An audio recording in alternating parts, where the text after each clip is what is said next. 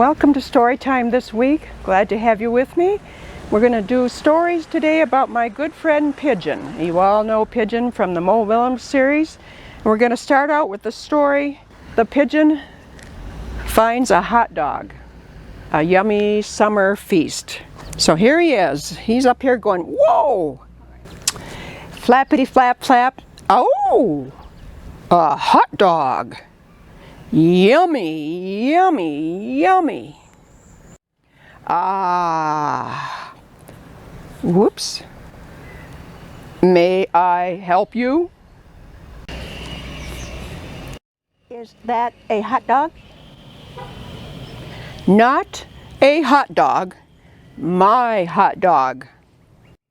Ah. I have a question.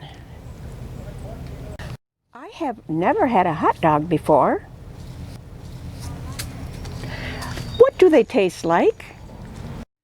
Well, they are a taste sensation. Each morsel is a joy, a celebration in a bun. If you've never experienced the splendor of a hot dog, you really should. Wait a second. This hot dog is mine. I found it. Of course, enjoy. Go ahead. Ah. Would you say that it tastes like chicken? Looking. Can you believe this guy? What? It just tastes like a hot dog, okay? Okay. It doesn't taste like chicken then? Oh, for Pete's sake. Hey, I'm a curious bird. That's it. It's my hot dog, right? Mine. This is unbelievable. Finders keepers is what I say. I'm a curious bird. What do they taste like? Blah, blah, blah. I can't take it anymore. Yeah, right. What am I supposed to do? I think I have an idea. You know, you're pretty smart for a duckling. You see what they did? Needs mustard. And that's the end of The Pigeon Finds a Hot Dog. Our next story is 5 Little Monkeys with Nothing to Do. It is summer. There is no school. 5 little monkeys tell their mama, "We're bored. There's nothing to do." "Oh, yes there is," says Mama. "Grandma Bessie is coming for lunch, and the house must be neat and clean. So you can pick up your room." 5 little monkeys pick up, and pick up until everything is put away.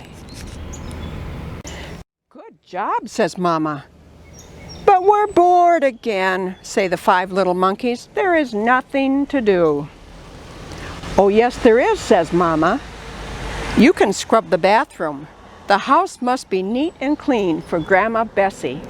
The 5 little monkeys scrub and scrub and scrub until the bathroom shines. "Good job," says Mama. "But we're bored again," say the monkeys. "There is nothing to do." "Oh, yes there is," says Mama. "You can beat the dirt out of these rugs. The house must be neat and clean for Grandma Bessie." 5 little monkeys beat and beat and beat the rugs until there's not a speck of dirt left. "Good job," said Mama. "But we're bored again," say the 5 little monkeys. "There is nothing to do." "Oh, yes there is," says Mama. "You can pick some berries down by the swamp. Grandma Bessie loves berries for dessert." 5 little monkeys run down to the muddy, muddy swamp. They pick and pick and pick berries until Mama calls, "It's time to come home." 5 little monkeys run inside while Mama picks flowers. Put the berries in the kitchen, calls Mama, and wash your faces and put on clean clothes. 5 little monkeys wash their faces. They put on their clean clothes. Grandma Bessie is here, calls Mama. 5 little monkeys race outside. They hug and kiss Grandma Bessie. We've been busy all day, they say. We've cleaned the house and picked berries just for you. I love berries, says Grandma Bessie, and I love a clean house too. They all go inside. Oh my, says Grandma Bessie. Oh dear, says Mama. Oh no, say the 5 little monkeys. Who messed up our nice, clean house? I can't imagine, says Mama, but whoever did this has plenty to do. The end of the 5 little monkeys. Okay, we have a book called The Nuffle Bunny Free, an Unexpected Diversion by Mo Willems, who also is the author of our Pigeon books. So we're going to read about Nuffle Bunny. One day, not so long ago, Trixie took a big trip with her family. They were on their way to visit Trixie's Amma and Appa in Holland. Holland is very far away. So that meant taking the taxi to the airport, waiting in line, watching Nuffle Bunny go through the big machine, waiting some more, and finally getting onto the real airplane. On the plane, Trixie played and read and slept. Before she knew it, the plane had landed. Trixie and her family left the airport and got on the train to go to Amma and Appa's house. And it says, "Welcome, Trixie." Amma and Appa were so happy to see Trixie. Soon, Amma and Trixie were drinking cold glasses of chocolate milk in the garden. Suddenly, Trixie realized something. Trixie didn't tell her daddy that Nuffle Bunny was gone. She didn't have to. Trixie's daddy called the airline and asked them to look for Nuffle Bunny on the plane. But the plane had left for China. China is very far away. Trixie's mommy hugged her and asked her to be brave. Trixie's daddy told the story of when he was a little boy and said goodbye to his special lammy. Amma gave Trixie another glass of chocolate milk and remarked how big she was getting. Trixie understood. She was getting bigger, even if she wished she wasn't. The next morning, Trixie tried to enjoy going to the cafe and play on the swings in the playground and the carnival that was in town. While the whole week was filled with fun things like eating French fries on the street, visiting real windmills, and feeding the ducks, Trixie was still sad. She missed her Nuffle Bunny. Amma and Appa understood. Amma and Appa had a plan. That night they had a surprise for Trixie. A brand new, top-of-the-line funny bunny wunny doll extreme. It could walk, it could dance, it could speak in Dutch, but it couldn't make Trixie feel better. Trixie was sure that she wouldn't be able to sleep another night in a strange bed without her Nuffle Bunny. Before she knew it, she was dreaming. She dreamed of Nuffle Bunny and all the places he would visit. She dreamed of all the children Nuffle Bunny would meet. She dreamed of how Nuffle Bunny would make the children feel better. The next morning, Trixie felt better. Trixie had a big breakfast. She played with Amma on the playground swings. She even tried a sip of Appa's coffee at the table. It was a great day. Before she knew it, the trip was over and it was time to go home. Trixie hugged Amma and Appa as hard as she could. Then Trixie and her family got back on the train and back on the plane and listened to the crying baby as the plane lifted off. But can you believe it? Right there, on that very plane, Trixie found something. Nuffle Bunny! Trixie was so happy to have Nuffle Bunny back in her arms. Happy enough to make a decision. Trixie turned around and said, "Would your baby like my Nuffle Bunny?" "Really?" asked the baby's mother. "Really?" asked Trixie's daddy. "Really?" asked Trixie's mother. "Blaggy, blaggy?" asked the baby. "Really?" said Trixie. She was big enough. The baby was so happy. The baby's mother was so thankful. Trixie's parents were very proud, and the other passengers were very relieved. And that is how, a few weeks later, Trixie received her very first letter. Note to Trixie. "Trixie, I hope to watch you grow up, fall in love, start a family, and be happy. And I hope that one day, many years from now, you will receive a package from an old pen pal.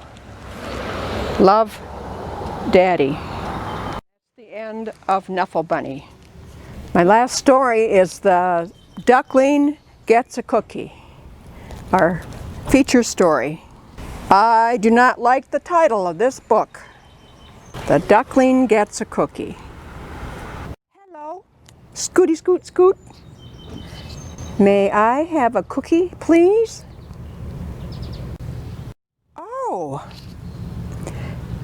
thanks, flippity flap flap. That was very nice of you. Oh, look at all those nuts. Hey, how did you get that cookie?" "I asked for it."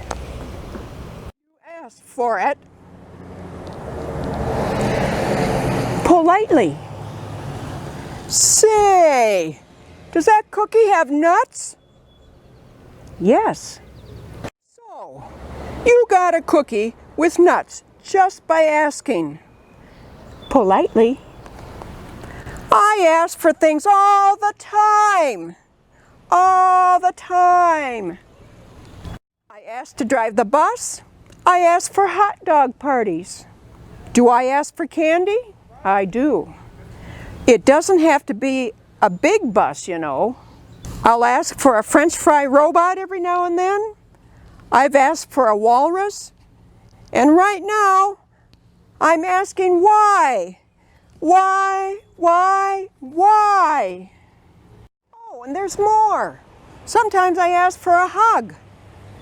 Or I'll ask for one more story. I can't count the times I've asked for my own personal iceberg. I ask to stay up late. Oh yeah, I'm the askinest pigeon in town. But do I get what I ask for? No, no, no. It's not fair. Floppy flip flap. Ducklings get everything. Pigeons like cookies too. And especially with nuts. Why did you get that cookie? Steamin' mad. So I could give it to you? And another thing. Hubba, what? You're giving me that cookie? With the nuts. That is so nice. Thank you. Thank you very much. Chomp chomp. This is one cool duckling, chomp chomp. Yes, sir. Bye. May I have another cookie, please? But this time, no nuts. And this week we're going to do a pigeon picture. I have all the parts for the pigeons in your packets, and you can have however many cookies you want to decorate. You can decorate them with cookie sprinkles, or with glitter that you got a couple of weeks ago, or with your markers. And just have fun making pigeon and good looking cookies. Thanks for joining me. Next week we're going to read fun summer stories, including the one we'll start with called Duck on a Bike. Have a good week. We'll see you then.